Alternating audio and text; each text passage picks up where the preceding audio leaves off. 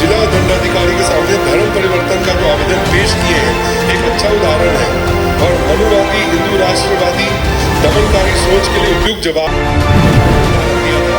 अपना अलग धर्म यादव अपना अलग धर्म लिखने लगे और आवेदन लगाने लगे तो हिंदू हिंदू बोलकर सबका शोषण करने की सोच रखने वालों के मंसूबों पर पानी फिर जाए। को बहुत सारी बधाई हो। 25 साल संघर्ष के रादर 26 साल पूरे हो गए और हम 27वें साल में कदम रख रहे हैं।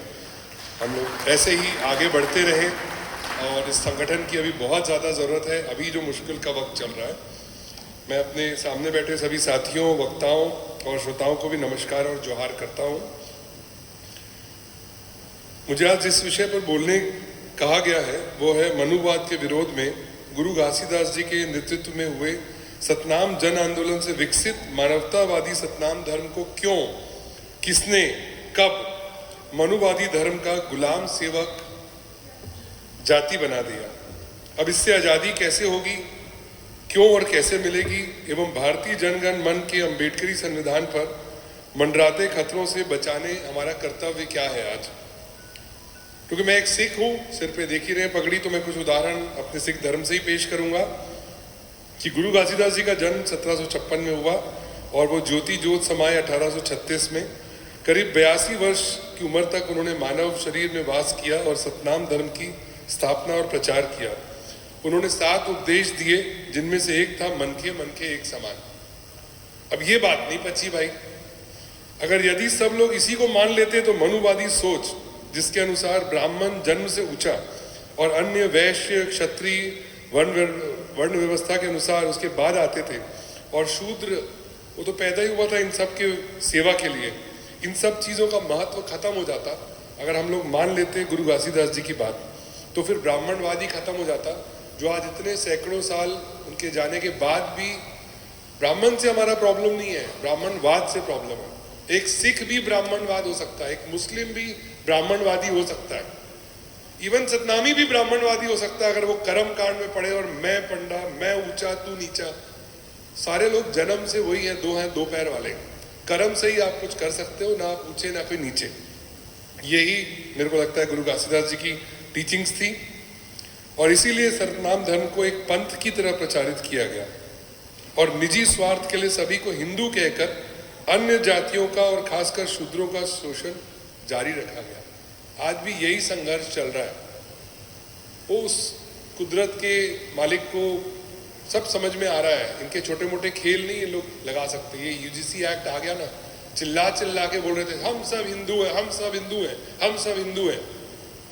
और हमको तो दूध भात है सिखों को, दुश्मन इनके क्रिश्चियंस हैं, दुश्मन इनके मुस्लिम्स हैं। तो 84 में दंगे किसने किए थे? वो दंगा भी नहीं था, वो तो कत्लेआम था।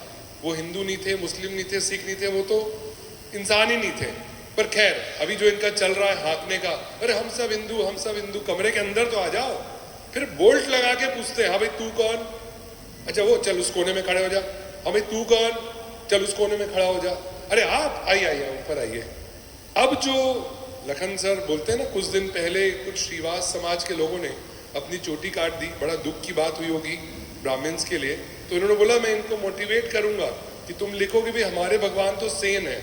अब हम हिंदू धर्म छोड़ के हम सेन धर्म कर रहे हैं, इनकी नींद हराम हो जाएगी जब यादव ये कहने लगेंगे कृष्ण मेरे भगवान है, मैं अपना सरनेम कृष्ण लिखूंगा। सो इवन मैं भी आई वॉज फोर्स्ड कि मैं ये किताब पढ़ूं, हम हिंदू नहीं। 1898 में लिखी गई थी किताब भाई कहन सिंह नाबाजी द्वारा, वो मेरी लाइब्रेरी में कहीं पढ़ी थी।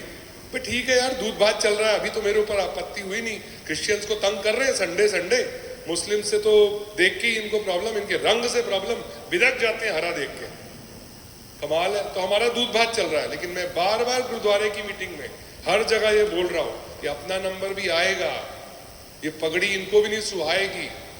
तो इसीलिए बार बार फिर ये किताब पढ़ा और जब किताब पढ़ के फेसबुक पे शेयर किया फिर तो फायरिंग शुरू हो गई। तो आप ऐसा समझते हो, तो ऐसा है। मैंने उनको समझाया आपको ना ऐसा हो रहा है फीलिंग एक्चुअली कि मेरे को आपको 1 लाख रुपए देने थे, ऐसा लगता था आज तक आपको जसवीर भाई से 1 लाख रुपए लेने हैं। अचानक हिसाब किताब आपने देखा और आपकी तो देनदारी निकल आई। मैं 2 लोगों के पास गया जो मेरे पड़ोस में थे बहुत पास, और मैं जाके उनको मिठाई का डब्बा खिलाया होली में। मैं बोला यार फेसबुक पे क्यों कमेंट कर रहे हो, हम तो पड़ोसी हैं। वहां क्यों आग उगल रहे हो? अगर मैं कह रहा हूं कि मैं हिंदू नहीं हूं तो कोई गाली थोड़ा है भाई, Hindu is a very good person. पर आजकल ये जो हिंदू चल रहा है ना कि भाई हम मेजॉरिटी, अब 100 में 98 हम लोग तो हमारे हिसाब से चली, तुम्हारे हिसाब से चली। ये सारे चैलेंजेस को दूर करने के लिए इतने सैकड़ों वर्ष पहले जो चला सतनाम धर्म पंथ, जो भी उन्होंने नाम दे दिया, उस पर थ्रेट यही था कि जब तक ये हमारे काबू नहीं आएंगे तब तक नहीं चलेगा। आज ब्राह्मणिज्म सिखिज्म के अंदर भी आ गई है।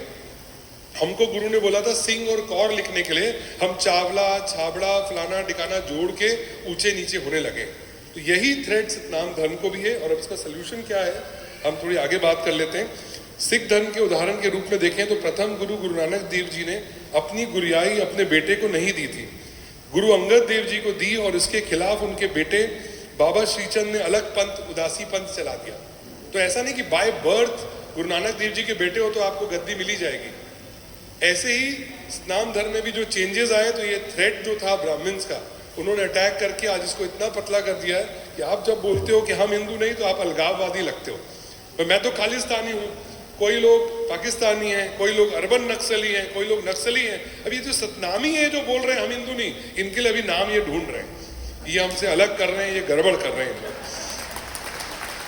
आगे जब गुरु नानक देव जी ने जीते ही गुरु गद्दी अगले गुरु अंगद देव जी को सौंप दी और वापस करतारपुर साहिब खेती करने चले गए, तो बपौती नहीं थी कि मैं आखिरी सांस तक कुर्सी में बैठूंगा, जैसे आज नेता लोग बैठे रहते हैं, मैं चाहूं तो मोर बेटा बैठी नहीं तो एक बार और राज्यसभा हो जाता, थोड़ा एक बार आ जाता। ऐसा नहीं है। उन्होंने जीते जी बोला कि भाई मुझे वो जोत मिल गई, उन्होंने गुरुगद्दी दे दी और मैं इसको फिर सतनाम धर्म से कनेक्ट भी करूंगा। और वो वापस खेती करने लग गए, as a common man Kartarpur Sahib आए और वो खेती करने लगे। उन्होंने गुरुगद्दी जीते जी हैंड ओवर कर दिया। ये बहुत इंपॉर्टेंट डिसीजन था। यही चीज हम लोगों को अब भी समझना है कि लिटरेचर पढ़ के रिसर्च करके, जो लखन जी इतना मोटा किताब लिखे हुए पूरे केडर के लिए, जीएसएस के लिए, उन सबको पढ़ के और हमको फिर आगे डिसीजंस लेने हैं। ऐसे ही 8वें गुरु के समय में हुआ था कि 9वें गुरु का पता नहीं चल रहा था। 22 मंजी में लोग बोलने लगे थे कि भी मैं गुरु। और गुरु तेग बहादुर साहब का समय 22 नकली लोग गुरु होने का दावा कर रहे थे। उनमें से असली गुरु गद्दी के अधिकारी लखीशाह बंजारा ने खोज निकाला, फिर उनकी कहानी फिर कभी। इसी संघर्ष को देखते हुए सिखों के 10वें गुरु गुरु गोविंद सिंह जी ने अपने बाद गुरु ग्रंथ साहब को गुरु गद्दी सौंपने का निर्णय लिया। He was a visionary. उन्होंने बोला, उस समय तो वो हंसी के पात्र होंगे आज के जमाने के हिसाब से, अपनी माँ भी कुर्बान कर दी, पिता इसको पहले ही कुर्बान कर दिया, चारों साहबजादे कुर्बान कर दिया, अब सिखिज्म का कुछ नहीं होगा, अब तो मुगल राज ही चलेगा जिन्होंने कुर्बान कर दिया। But he had a vision. उन्होंने बोला कि भी मेरे बाद में गुरु गद्दी गुरु ग्रंथ साहब को होगी। और आप जानते हैं आज ये 7 मीटर हम लोग को गरु नहीं लगता। मैं कुछ समय आम आदमी पार्टी में भी था ना, तो 2 मिनट में लोग टोपी उतार देते, गरु लगते भैया, थोड़ा हवा आन दे। ये 7 मीटर 8 मीटर हमको गरु नहीं लगता, क्योंकि ये गुरु की निशानी है। इतना ही ओनरशिप जिस दिन सतनाम धर्मी पढ़ के गुरु घासीदास जी को ओन करने लगेंगे, तब जाके सतनाम धर्म का प्रचार होगा। मैं चलते फिरते अगर मैं गुरु के ड्रेस में हूं तो मैं पान नहीं खा सकता, गुटखा नहीं खा सकता, लफड़ा नहीं कर सकता, नहीं तो बदनामी हो जाएगी। आई मीन अ ड्रेस, जैसे पुलिस का ड्रेस हो और अगर उसने पान खा के थूका तो आप बोलोगे सारे पुलिस वाले चोर हैं, सारे पुलिस वाले ऐसे। जब गुरु तेग बहादुर जी शहीद हुए थे 1675 में, आज ये मोदी जी बोलते हैं मैं जयंती मना रहा हूं, वो फ्रॉड है, सब झूठ मूठ है। तो उस समय नहीं ये पगड़ी थी, उस समय लोग डर गए थे, उन्होंने किवाड़ बंद कर दिए थे, भैया मैं नहीं हूं सिख, मेरे को मत मारो, उनको शहीद कर दो, उनके 3 और अनुयायियों को शहीद कर दो। उसके बाद गुरु गोविंद सिंह जी ने ये निशानी दी। तो आपको फक्र होना चाहिए आपकी हिस्ट्री पे, और पढ़ने की जरूरत है। व्हाट्सएप यूनिवर्सिटी में सब कुछ लिखा हुआ है। कुछ ही दिनों बाद आपको पता चलेगा कि गांधी जी ने नाथूराम गोडसे को मारा था कि नहीं। अरे मैं पढ़े हूं भैया, आए रही से बोला, फॉरवर्ड आए रही से, कहाँ पूछोगे तो डिलीट हो जाएगा वो। तो हम लोगों को बहुत कुछ पढ़ने की जरूरत है। सतनाम धर्म का लिटरेचर बहुत रिच है, मैं तो उसका 1% भी नहीं जानता। I am still studying and understanding कि कहाँ पर हमारे दोनों पाथ कॉमन है, और हम दोनों को एक ही पर्सन का थ्रेट है जो सबको एक रंग में पोत लेना चाहता है। मोदी जी एक ऑरेंज पेन लेके बैठ गए जिद्दी बच्चे की तरह, मैं सब में ऑरेंज ऑरेंज ऑरेंज ऑरेंज करूंगा, सबका रंग एक कर दूंगा, जो हम सुंदर गुलदस्ता है उसमें नहीं कर रहे। तो भैया तू तो कल ही आया था, अभी तो 77 साल की उम्र हुई है, आजादी के बाद ही पैदा हुआ होगा। तेरे से पहले जो गुरुओं पीरों की ये धरती है, वो जो रास्ता दिखा गए, तेरा हाथ जोड़ ले और पढ़ ले। नहीं तो उनके हिसाब से गुरु नानक देव जी और कोई और संत जी और कबीर जी सब एक जगह मिले थे, सब झूठ मूठ की कहानी। So it's a threat to us, और सतनाम धर्म पे ज्यादा थ्रेट है, क्योंकि हमको अभी भी ये पंथ मान के कमरे के अंदर बुला रहे हैं हिंदू हिंदू बोल के, पर आप अपनी असलियत नहीं छोड़ेंगे तभी आपका महत्व है, तभी इनको समझ में आएगा जो हम यूजीसी एक्ट में देख ही रहे हैं। मैं और 2 मिनट लेकर अपनी बात खत्म करूंगा। आज सिखों की प्रॉब्लम भी हैं, कई डेरे हैं, कई जीवित गुरु हैं, राधा स्वामी, निरंकारी, नामधारी। ऐसा ही कुछ सरमताम धर्म के साथ भी हुआ, क्योंकि उनके बाद गुरु घासीदास जी के ज्येष्ठ पुत्र और सतनाम धर्म के दूसरे गुरु गुरु बालक दास जी 1860 में ही देह त्याग दिए। माने कि गुरु घासीदास जी के जाने के सिर्फ 24 वर्ष बाद ही वो भी चले गए। यह किया मनुवादी सोच वाली आरएसएस और उसकी अनेक संस्थाओं ने।